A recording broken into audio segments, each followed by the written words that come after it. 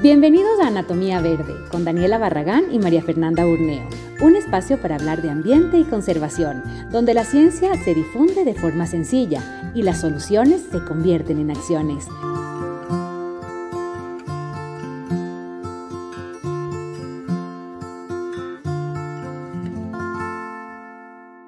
Hola, yo siempre empiezo igual, pero bueno, estamos en nueva entrevista de Anatomía Verde y seguimos con nuestro tema de este mes, que es cambio climático y, lo voy a decir así porque tenemos varias aristas.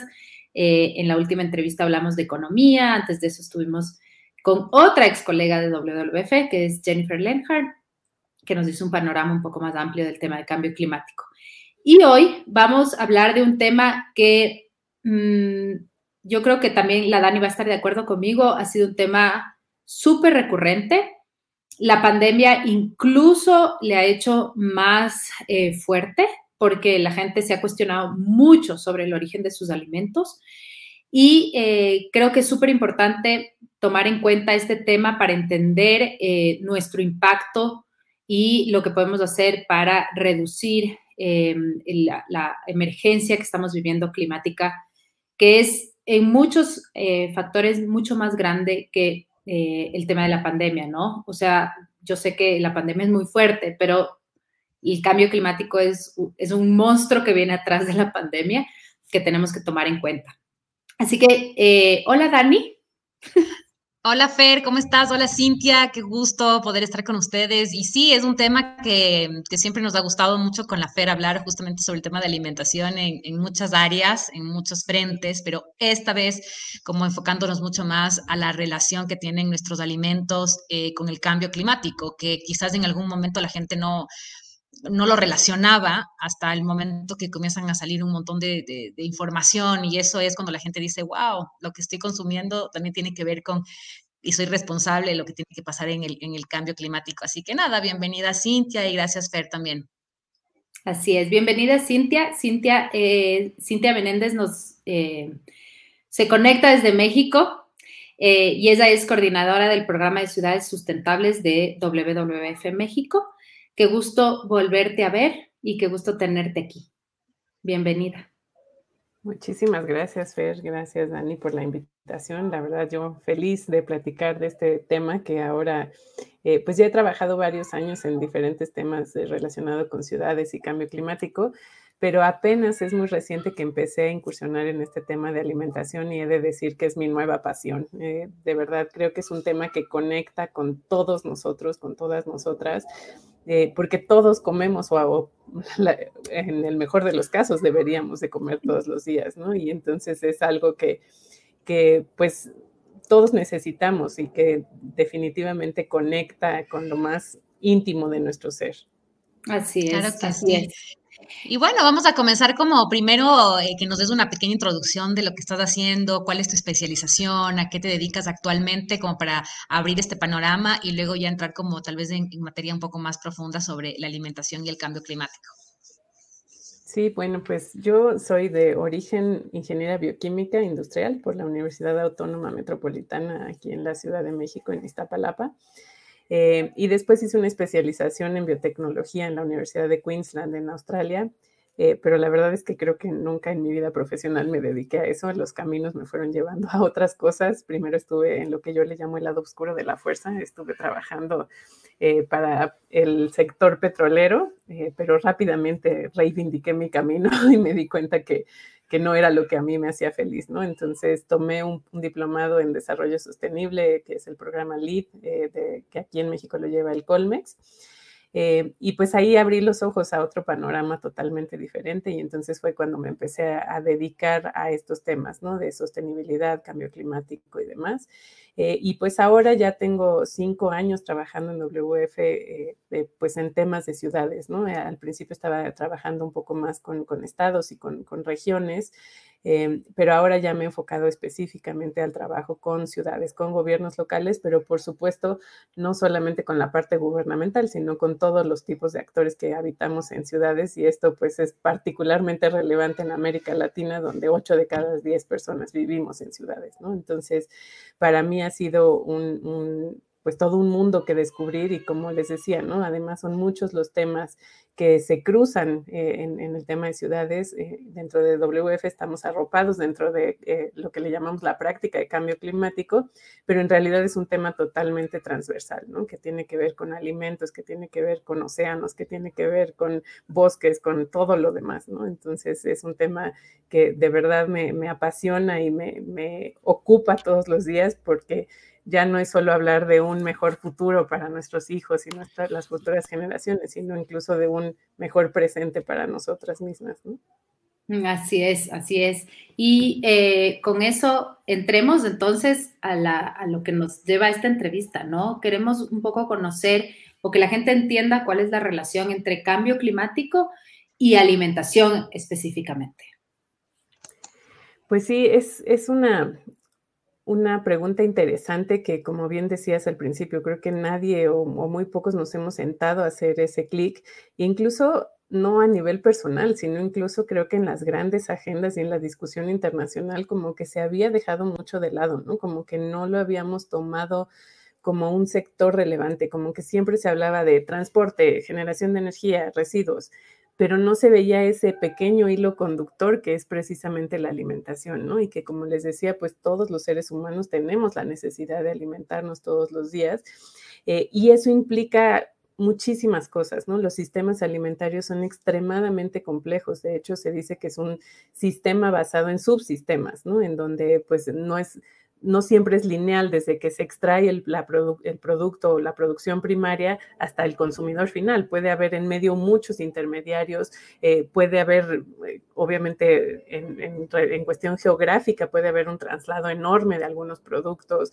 en fin, ¿no? El sistema es muy complejo y, por supuesto, hay muchos actores involucrados a lo largo de toda la cadena, ¿no? Y los impactos, efectivamente, también son muchísimos, ¿no? Los impactos ambientales, pero yo creo que pocas personas cuando tienen su plato servido se imaginan todo lo que tuvo que recorrer esos alimentos para llegar hasta ahí, ¿no? Exactamente. Yo creo que esa reflexión es interesante. Incluso nosotros, ya es muy difícil que nosotros como citadinos en el día a día nos hagamos esa reflexión, ¿no? Y es muy curioso, de hecho, hay algunas, pues hasta medio datos ahí curiosos, ¿no? Que dicen que los niños creen que pues las manzanas vienen de la tienda, ¿no? No de los árboles. Entonces, ahora las nuevas generaciones les cuesta más trabajo entender esa relación y entender cuál es el origen real de los alimentos, ¿no? Entonces, efectivamente, el regresarte hacia atrás, pensar en la cadena productiva, ¿cómo llegó esta hamburguesa a mi plato, ¿no? ¿Qué tuvo que haber pasado para que esto llegara aquí? ¿Qué es esta hamburguesa? ¿De qué está formada? Y entonces, pues ahí es efectivamente donde empezamos a hacer esos vínculos y nos damos cuenta que tiene una huella enorme todo lo que comemos y, por supuesto, si lo hacemos de forma inconsciente es aún mayor, ¿no? Y empezamos a consumir productos que vienen de 15,000 kilómetros a la distancia en lugar de consumirlos de los que se pueden producir en nuestro propio país o incluso en nuestra propia ciudad. Y eso, por supuesto, pues está directamente relacionado con cambio climático y ahí a lo mejor me regreso un poquito para recordar qué es lo que está ocasionando este cambio climático o este calentamiento global, ¿no? Y la principal causa son los gases de efecto invernadero. Y estos gases provienen principalmente de la quema de combustibles fósiles, entre otras cosas, ¿no? Y por supuesto el cambio de uso de suelos también es uno de los factores más importantes y ambas cosas están directamente relacionadas con la producción de alimentos, ¿no? Entonces, respondiendo a la pregunta es, ¿cuál es esa relación entre alimentos y cambio climático?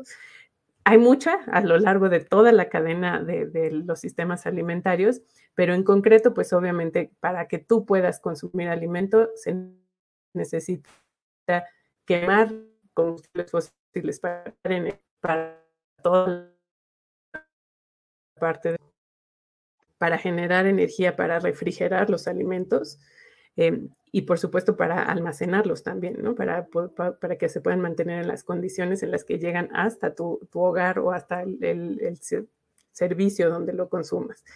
Y también, por supuesto, como les decía, para producir ya sea la carne, todo lo que son los animales que se consumen, tanto marinos como terrestres, Y por supuesto también las plantas que comemos, ¿no? Que el cambio de uso de suelo que se hace, se deforestan muchísimas selvas y bosques para poder utilizar esas tierras de cultivo. Eso también tiene un impacto directo en la generación de gases de efecto invernadero y por lo tanto en el cambio climático.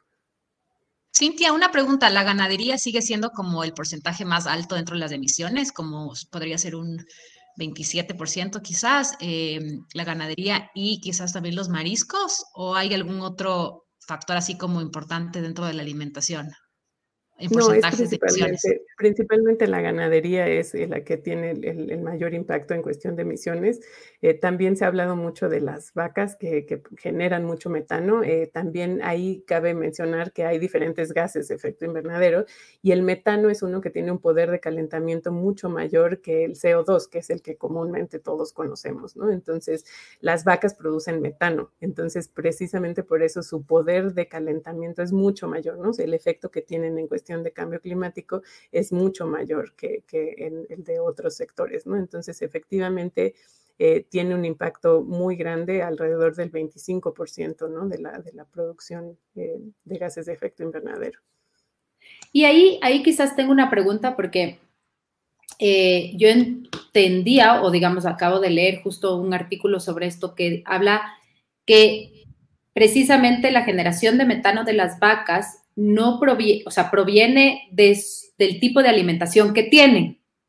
Y ahí vamos a estos que hablábamos justo antes de ingresar a la entrevista, a estos pequeños detalles que hacen la diferencia y que deben ser quizás lo que nosotros analicemos cuando tomamos un alimento. Háblanos un poquito de eso, porque este tema de la carne y de la ganadería es un tema recurrente, ¿no? De conversación. Sí, ¿qué es lo que, o sea, por qué producen metano y cuál es la diferencia, por ejemplo, con un tipo de ganadería regenerativa que se llama hoy día, ¿no? Otro tipo de ganadería. ¿Qué pasa ahí? Sí, está totalmente vinculado con lo que comen las vacas, ¿no? Literalmente son principalmente los eructos, pero en general también las flatulencias que producen las vacas producen metano.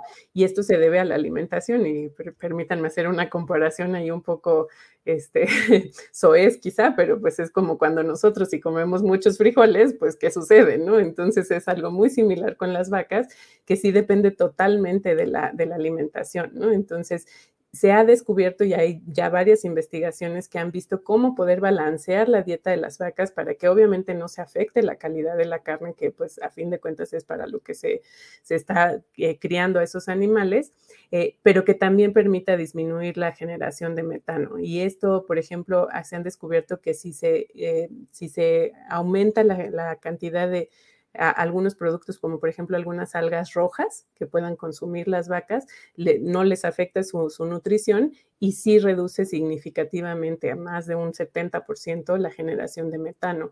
Entonces, definitivamente hay una relación muy estrecha entre la alimentación y la generación de gases de efecto invernadero, en particular en las vacas, pero en general en el ganado, ¿no? Entonces, como bien dices, pues hay que ver cómo es a veces muy sutil, ¿no? Porque ya de aquí a que eso se convirtió en una hamburguesa y llegó a tu plato, pues para ti va a ser muy difícil rastrear si no tenemos esos certificados, si no tenemos esa forma de tener pues un sello que te permita saber que esa carne y que esa vaca efectivamente fue producida, obviamente además también en condiciones pues adecuadas, ¿no? Y que no sean en las condiciones que muchas veces hemos visto que son pues totalmente no sé cómo inadecuadas, pongámoslo así. Entonces, pues falta claro, todavía además, esa información, ¿no? Para poder rastrear que verdaderamente estén cumpliendo con esos estándares. Y creería yo que la mayoría no tiene esos estándares de calidad de los que estás hablando y que realmente tienen esa conciencia de alimentarlas de una manera diferente. Claro, eso también es que tiene que haber incentivos detrás, ¿no? Porque en realidad, pues para la gente que está produciendo esa carne, sobre todo si son productores pues pequeños, ¿no? Y aquí sucede mucho en México y supongo que en otros países de Latinoamérica debe de ser similar, pero hay pocos productores que son grandes compañías que producen pues de forma masiva, ¿no? Son más bien muchos pequeños productores que tienen pequeñas granjas en donde producen o tienen no sé, 10 20 vacas, ¿no? Entonces, obviamente para ellos no hay un incentivo porque a ellos no les afecta directamente el que las vacas produzcan o no produzcan metano, ¿no? Entonces, claro, tendría que haber esos mecanismos para decir, para hacer entender por qué es importante que se le den incentivos a esa gente para que realmente digan, bueno, pues sí me conviene cambiar la alimentación, puedo vender mi carne más cara, tengo un certificado de sustentabilidad o de reducción de la huella de carbono, etcétera, ¿no? Entonces, pero como no existen esos mecanismos, pues efectivamente es muy difícil que haya pues carne certificada o carne con ese tipo de características. Entonces ahí sí entremos, perdón, Dani. Entonces ahí sí un poco quisiera que nos expliques justamente porque hay esta serie de detalles y cosas muy finas del rato de la alimentación y de nuestras decisiones, que ahora se habla mucho de esta alimentación climática, ¿no es cierto? De una alimentación mucho más equilibrada con el planeta. ¿Qué significa este tipo de alimentación y cómo medimos, cómo analizamos nuestros alimentos si no existen los certificados? Es decir, ¿cómo podemos hacer o implementar este tipo de alimentación en nuestro día a día?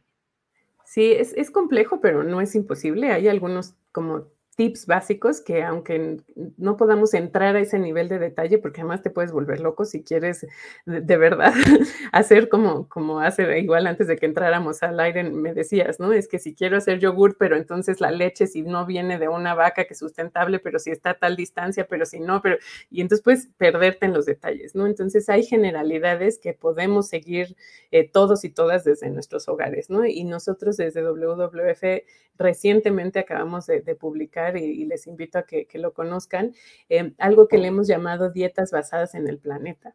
En inglés, bueno, la página es planetbaseddiets.com.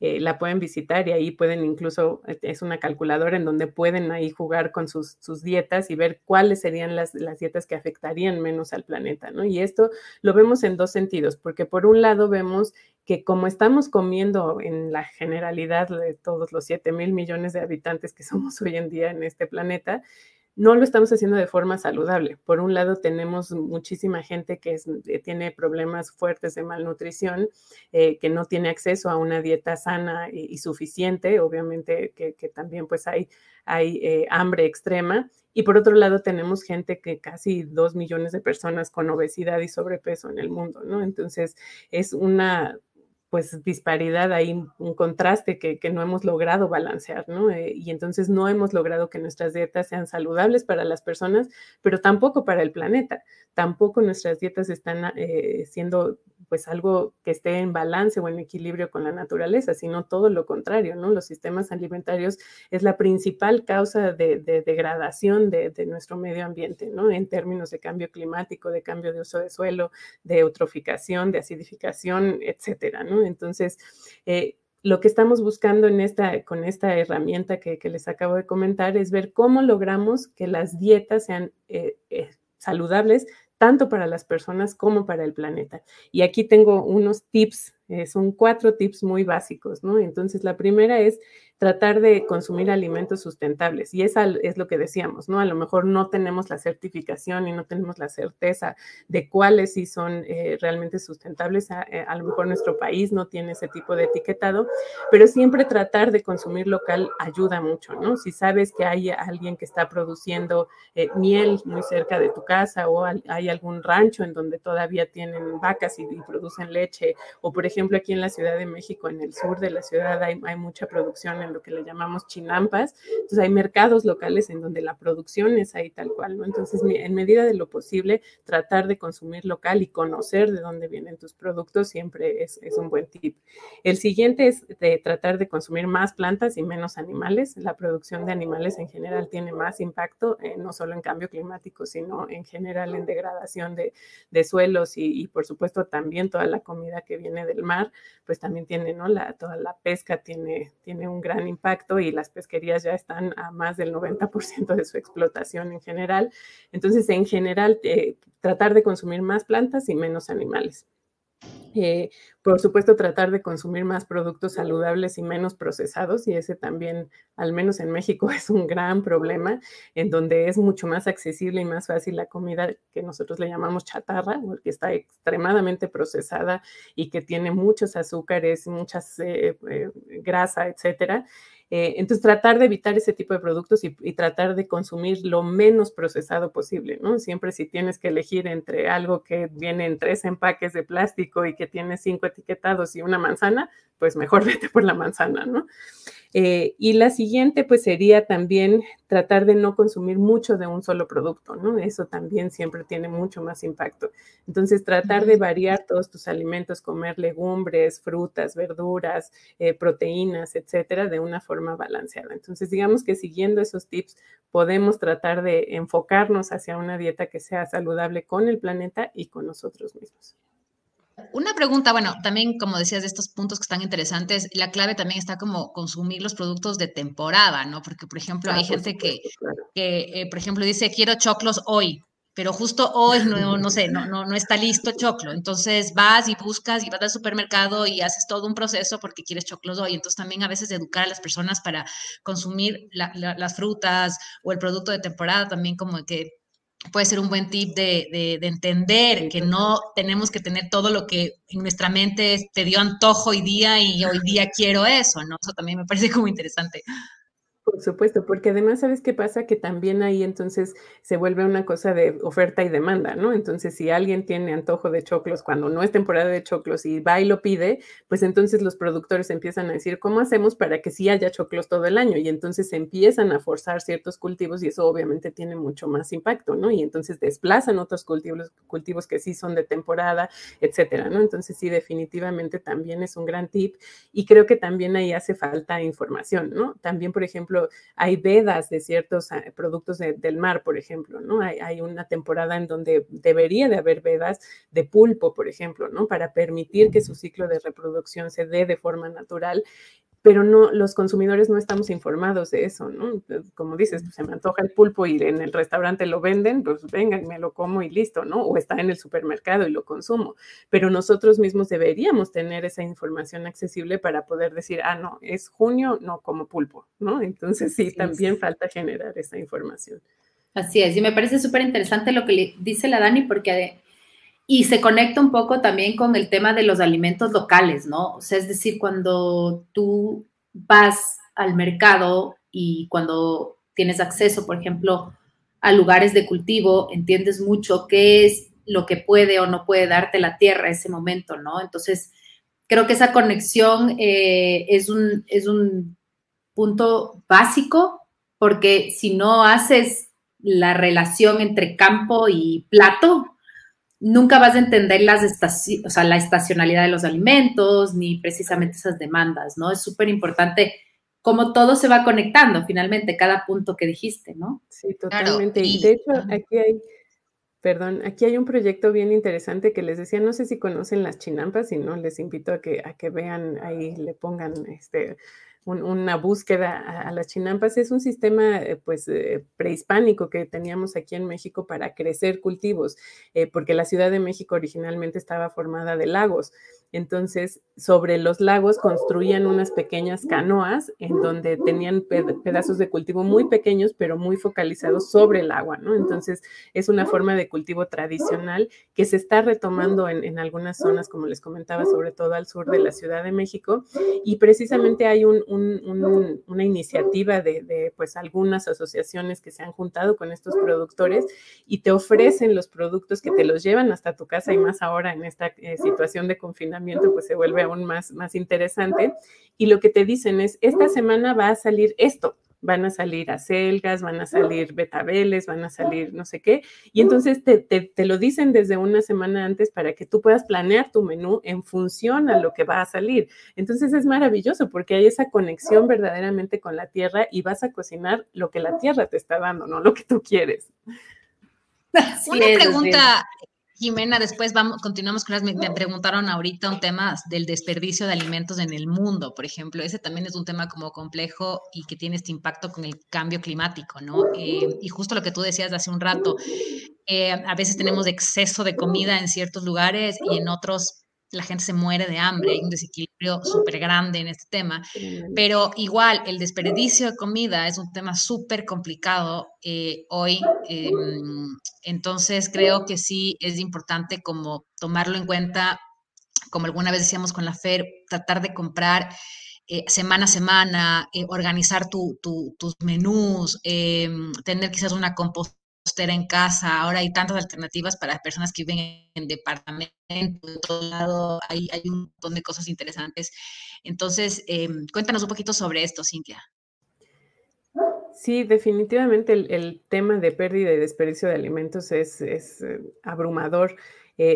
En cifras muy generales se considera que alrededor de 1/3 de la comida que se produce se desperdicia o se pierde a lo largo de la cadena de producción, ¿no? Entonces, pues las cifras son impresionantes porque, como decíamos, por un lado tienes gente que se muere de hambre, pero sí estás produciendo alimento suficiente en el mundo para que pudiera satisfacer las necesidades de todas las personas, pero no está sucediendo, hay un desbalance en nuestro sistema y mucho está relacionado precisamente con eso, ¿no? Con la pérdida y desperdicio. ¿Y por qué se habla de dos términos? Bueno, básicamente es como se ha definido, ¿no? Que la pérdida se da en las primeras etapas de la producción de alimentos, es decir, en la producción primaria y la distribución al mayoreo, y ya se considera desperdicio de alimento lo que pasa a partir de los minoristas y ya en los consumidores finales, ya sea en nuestros hogares o en los servicios alimentarios, ¿no? Entonces, en ambas partes de la cadena hay grandes pérdidas, pero sí varía un poco de cómo es en cada país, ¿no? En general, en los países en desarrollo hay mucho más pérdidas en la primera etapa, o sea, pérdida de alimento, y en los países desarrollados hay está más cargado hacia la parte de desperdicio, es decir, ya en los consumidores finales, ¿no? Porque pues es muy fácil verlo en economías como en Estados Unidos, ¿no? Donde el big size y las porciones totalmente desproporcionadas son gigantescas y hacen que la gente, uno, tenga problemas tremendos de obesidad y dos, desperdicie muchísima comida, ¿no? Entonces, pues sí es un desbalance y hay una variación entre países. Y obviamente depende, como en países que producimos mucha, somos productores de carne o de productos agrícolas en general, pues obviamente hay más en las primeras etapas, ¿no? En donde se pierde por falta de almacenaje correcto o porque los cultivos no, o lo que decíamos incluso, ¿no? Que buscas apretar para llevar a una temporada un producto que no es de esa temporada o porque el clima no te permitió cosechar en el momento correcto, etcétera, ¿no? Pero en concreto en la parte de desperdicio, que es la que nosotros podemos controlar en nuestros hogares, también, como decías, hay muchas cosas que podemos hacer, ¿no? Y la primera es hacer conciencia en primera. Creo que primero el poder medir cuánto estás desperdiciando te puede dar una idea de y qué es lo que estás desperdiciando, ¿no? Te puede dar una idea de qué es lo que puedes hacer, porque lo que no mides, pues no lo puedes cambiar, ¿no? Entonces, a veces tenemos la falsa percepción de, ay, no, si yo no desperdicio alimentos para nada, ¿no? Pues no, porque lo echas en una bolsa y se va y se lo lleva a la basura y ya no lo viste. Entonces, para ti no lo desperdiciaste prácticamente. Pero cuando haces conciencia y entonces te dedicas a medir el volumen de lo que desperdiciaste o si tienes una pesa en casa, pesarlo y estar llevando un registro y decir, no, pues, ¿por qué desperdiciamos ahora tanto de esto? O se me quedó esto. ¿Cómo hago para la siguiente vez que vaya a planear mi menú reducir esa pérdida o ese desperdicio de alimento, ¿no? Entonces, definitivamente sí hay mucho que hay en nuestras manos y también ahí, considerando que se desperdicia 1/3 de todo lo que se produce, también en WF tenemos una campaña que se llama precisamente Save 1/3, ¿no? Ahórrate 1/3.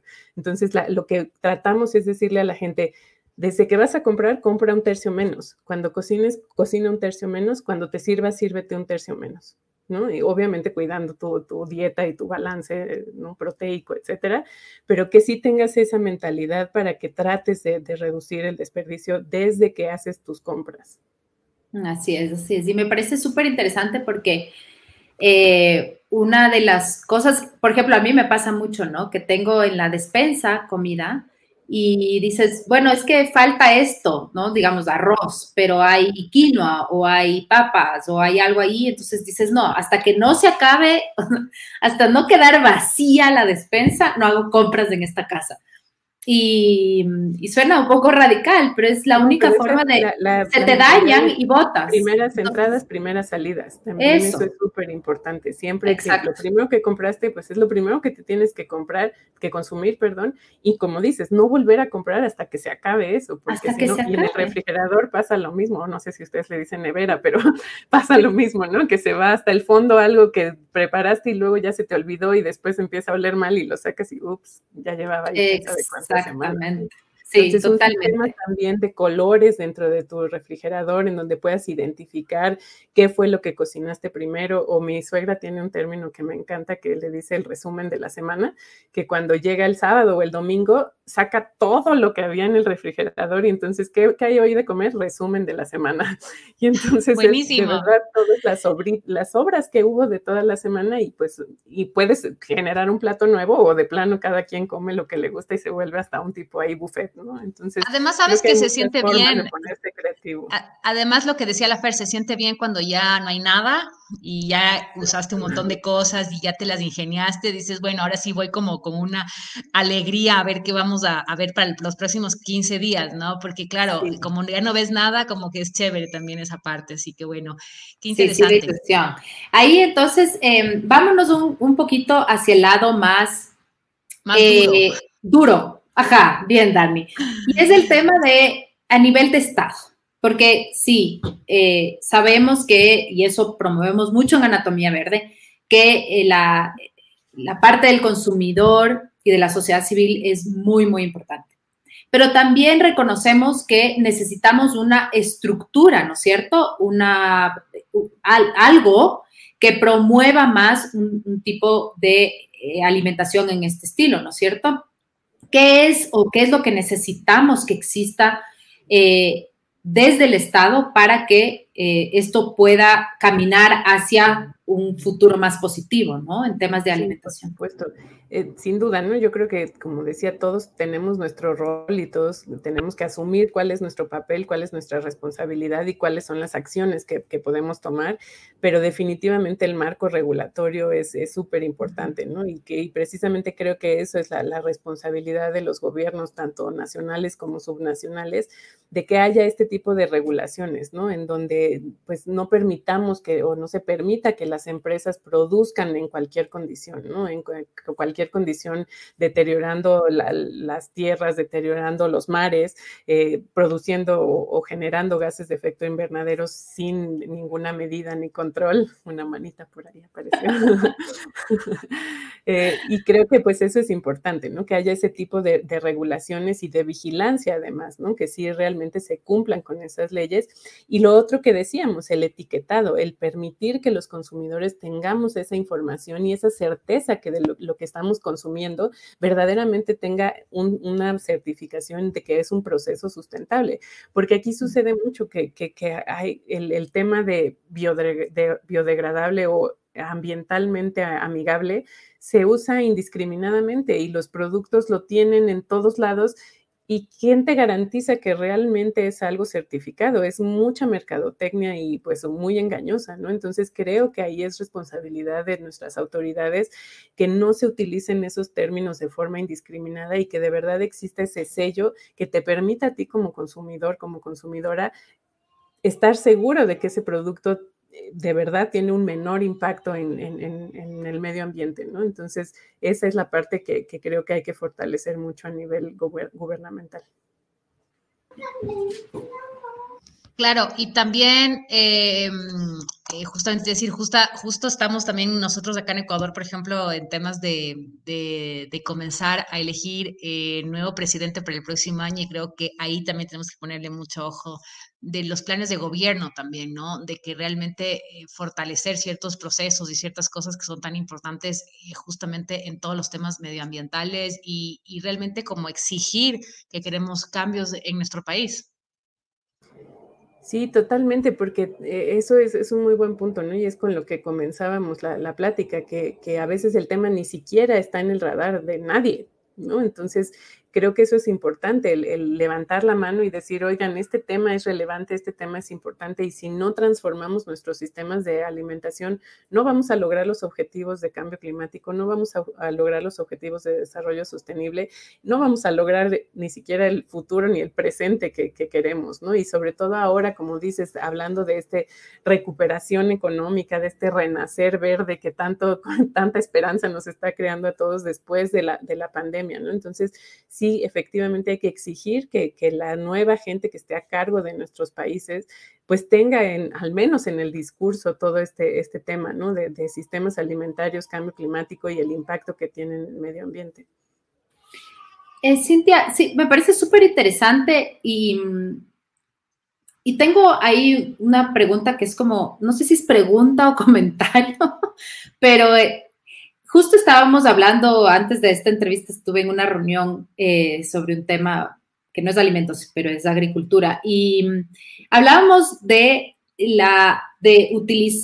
hablaban de utilizar el sistema un poco del blockchain, no sé si has oído, que son como estas como pseudo certificaciones, no es eso, pero ellos decían pensar en este concepto de que cada elemento de la línea de producción hasta que el alimento llega a tu plato se responsabilice por una certificación, ¿me entiendes? Entonces, cuando tú ya haces el completo, obviamente no es que todos están finalmente certificados. ¿Cómo le ves a algo así? Porque las certificaciones son complicadas, ¿no? Y países como los nuestros es dinero, es una serie de cosas.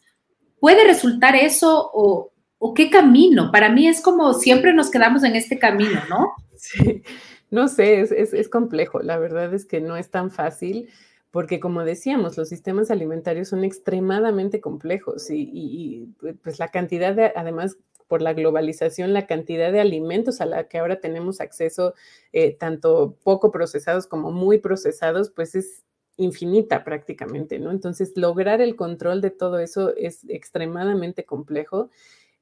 No creo que imposible, pero sí efectivamente, como dices, requiere de mucho esfuerzo y muchos recursos. Entonces, quizá pensar así podría ser una solución, ¿no? Como no tratar de certificar todo, pero sí ir certificando ciertas cosas o poniendo al menos estándares básicos, ¿no? Como que ya sea totalmente prohibido hacer tal cosa y entonces por lo menos ya tienes la certeza de que todos los productos no van a cumplir, ¿no? Van a cumplir con ese estándar.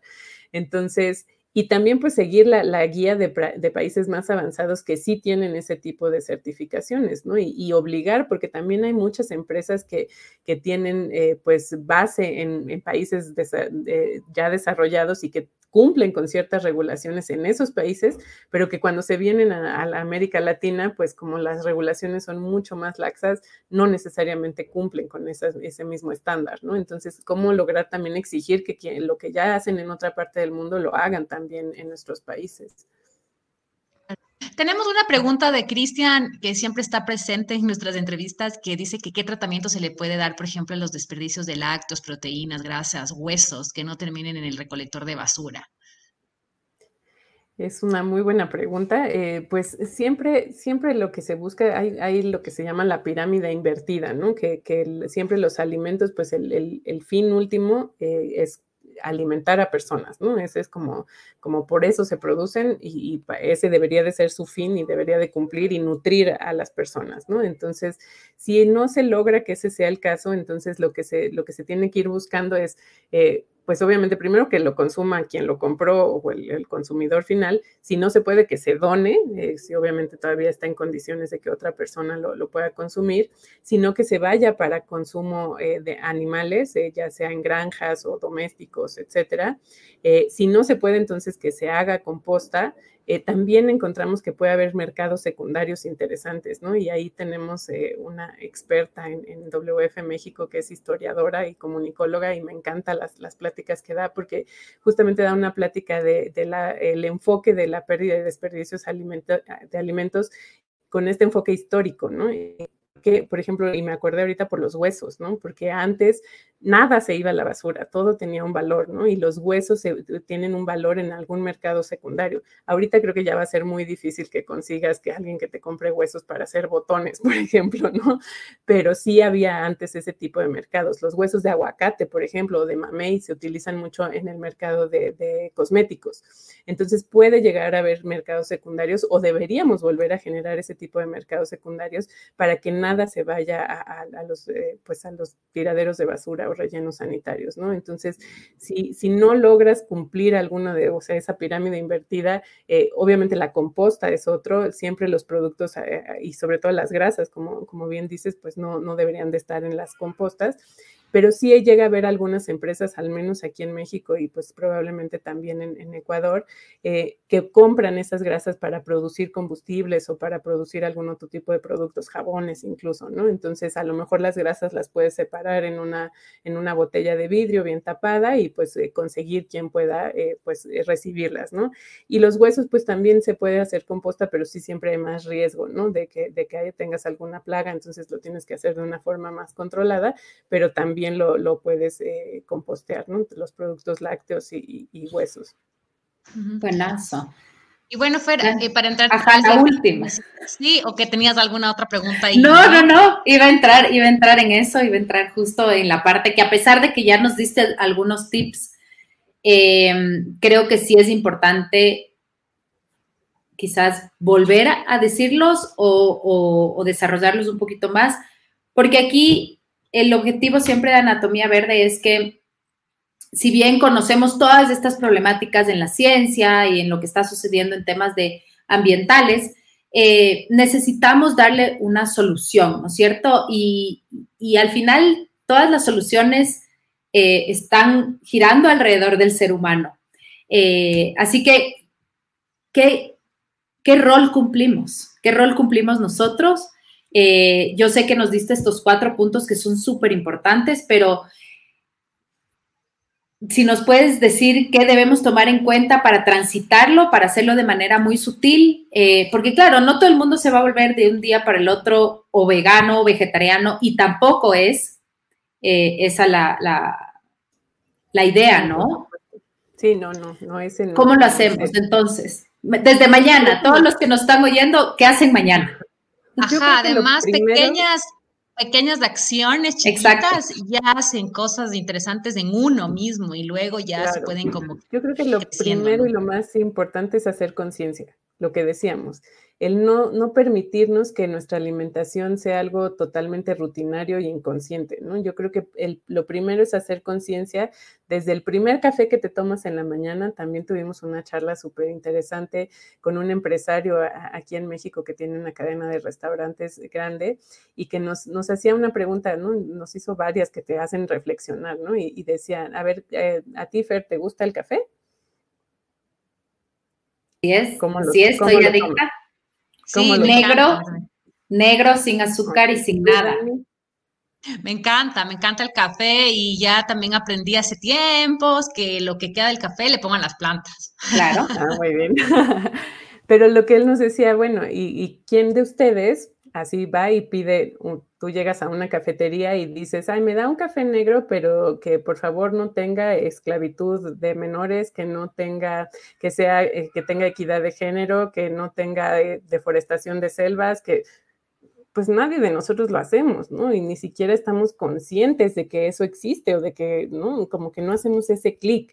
Entonces creo que ese es nuestro primer paso, el tener conciencia desde ese primer café que nos tomamos en la mañana, decir, ¿de dónde vino? ¿De dónde viene este café? ¿Es un café producido nacional? ¿Es un café que se produjo en condiciones sustentables? ¿Cómo llegó hasta acá? ¿O es un café que viene de Sumatra, ¿no? ¿Y por qué estoy yo en Ecuador tomando un café de Sumatra, ¿no? Entonces, obviamente va a tener mucho más impacto simplemente en el transporte, ¿no? Entonces, creo que esa es la primera a lo que yo les invitaría, ¿no? El poder hacer esa reflexión desde ese café, el pan, toda esa comida que ingerimos consumos el día y que además creo que en la situación de confinamiento llega a ser mucho más que lo que necesitamos, porque algunos ya estamos muy acostumbrados a tener la cocina demasiado cerca.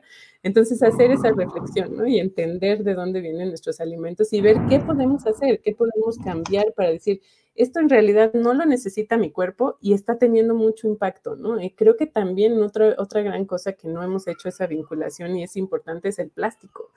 Ahora también, no sé si en Ecuador esté sucediendo, pero aquí en México está sucediendo algo atroz, que ya estábamos prohibiendo muchas cosas de plástico de un solo uso y con la pandemia pues empezaron a poner plástico a todo. Entonces ahora vas a la panadería y los panes individuales traen cada uno un plástico. Entonces es verdaderamente atroz, ¿no? Estamos dando muchos pasos para atrás en ese sentido.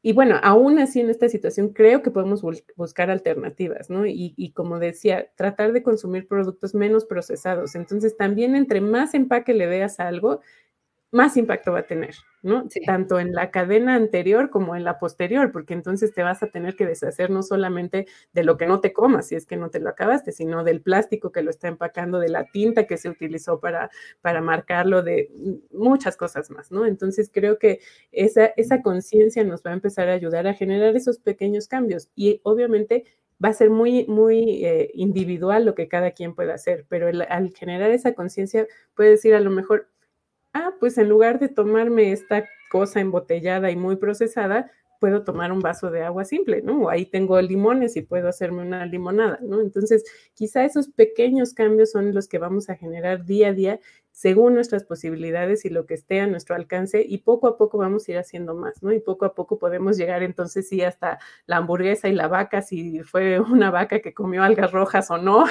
Entonces, poco a poco podremos llegar mucho más allá, pero creo que iniciar con esas pequeñas acciones de hacer conciencia y tratar de cambiar un producto a la vez o una de nuestros alimentos cada día puede hacer una gran diferencia, ¿no? Y por supuesto, transmitirlo a nuestra gente. Creo que eso también es una de nuestras responsabilidades. Si nosotros ya hicimos conciencia, ¿cómo lo hago con mi familia, con mis amigos, amigas, mis colegas en la oficina, en el trabajo, etcétera, ¿no? El seguir ampliando que la gente tenga ese conocimiento y esa conciencia. Claro, claro que sí. Como siempre decimos con la Fer, como cuando te comienzas a informar y comienzas como a entender, a leer artículos, comienzas como realmente a darle sentido a las cosas y decir, bueno, nosotros somos culpables de muchísimas cosas y yo creo que también podemos hacer cambios interesantes desde nuestro espacio, ¿no? Y creo que cada vez más tiene más acogida la anatomía verde, veo más páginas que siguen creciendo, que siguen informando y creo que entre más personas estemos haciendo esto es muy, muy importante. Totalmente. Sí, sí. Y me encanta porque lo que dijiste es como muy acorde al estilo de vida que para mí es el que debemos como proyectar, ¿no? No es solamente decir soy sostenible o quizás soy vegano, sino el hecho de promover un estilo de vida con la palabra consciente, porque el momento en el que haces conciencia de todas tus decisiones, esas decisiones van a venir con una carga de información, de datos que tú mismo has metido las ganas de sacarlos, ¿no? Y eso es súper importante, justo lo que hablábamos hace un rato, el tema del yogur, ¿no? O de la leche, que hubo todo el boom de las leches de soya y las leches de almendra y de pronto, ups, no, es que la almendra se hizo mucho y entonces las abejas empezaron a morir y no va por ahí, ¿no? Es decir, el estilo de vida consciente es eso, es el hecho de que tú seas consciente del alimento y del proceso que tomó ese alimento hasta llegar a tu plato. Y ahí cambia como de la noche a la mañana, como dicen, ¿no? Las cosas. Si no lo sabes y si no lo logras rastrear, quizá no sea el alimento adecuado. Sí, o sea, si hay mucho ruido por ahí, es que no estamos en el buen camino, pero me encanta, ajá. En ese sentido, este empresario que les comento que les hacía esta pregunta, ¿no? Del café, la siguiente pregunta era, ¿lo sabías? ¿Sabías que este café no se produjo de forma sustentable y que hubo niños que estuvieron cosechando y por eso dejaron de tener una alimentación y educación adecuada, etcétera? No, pues no sabía. Bueno, ahora que lo sabes, ¿te importa? ¿estás dispuesto a hacer algo para cambiarlo? Entonces creo que eso es parte de esa conciencia, ¿no? El saberlo, ok, ahora ya lo sé, ahora ¿qué voy a hacer con esa información? ¿Qué está en mis manos que pueda cambiar, ¿no? ¿Qué puedo hacer diferente? Y no tener miedo a preguntar. O sea, yo también creo que es una de las cosas, a ratos tenemos este miedo de decir, señor, esta pesca que usted me está ofreciendo, ¿de dónde viene el pescado? ¿O qué es? No tenga miedo. O sea, quien les provee un servicio o un producto tiene la responsabilidad de responder por ese producto y ese servicio. Y entonces, pregunten, que si no preguntamos, no cambiamos nada, porque la gente va a seguir con como mejor no digo nada, y ese no decir nada genera una serie de problemas que son muchos de los que ya estamos viviendo este momento. Así que nada, me ha encantado verte otra vez, Cintia, de verdad, qué gusto. Y estoy muy feliz, ha sido una entrevista maravillosa, así que te agradezco muchísimo. Cerramos una más en Anatomía Verde, siempre con las ganas de seguir hablando. Y nada, muchísimas gracias. Recuerden que estas entrevistas se quedan en nuestro Instagram de Anatomía Verde, las subimos así tal cual, el video. Y, por supuesto, en nuestro podcast, que es donde están las 70, esta es la 72, Daniela. Ya es así como, si quieren aprender, ahí tienen 72 temas que pueden buscar en temas ambientales. Sí. Así que ahí están, en nuestro podcast. Muchísimas gracias, Cintia. Gracias a ustedes por la invitación y esperemos que de verdad logremos mover corazones, conciencias y que mañana cuando despierten y se tomen ese café hagan esa reflexión y traten de hacer un cambio que puede tener un impacto mucho más grande de lo que imaginamos. Sí, seguro. Gracias. Así sea una persona. Yo siempre digo, así sea una, es suficiente. De acuerdo. Gracias, Cintia. Gracias. Qué gusto verles. Chao y gracias a todos los que nos ven siempre.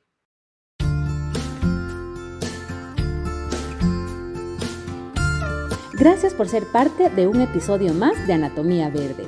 Si te gustó esta entrevista, no te olvides dejarnos tus comentarios. Y recuerda seguirnos en Facebook y también en YouTube como Anatomía Verde.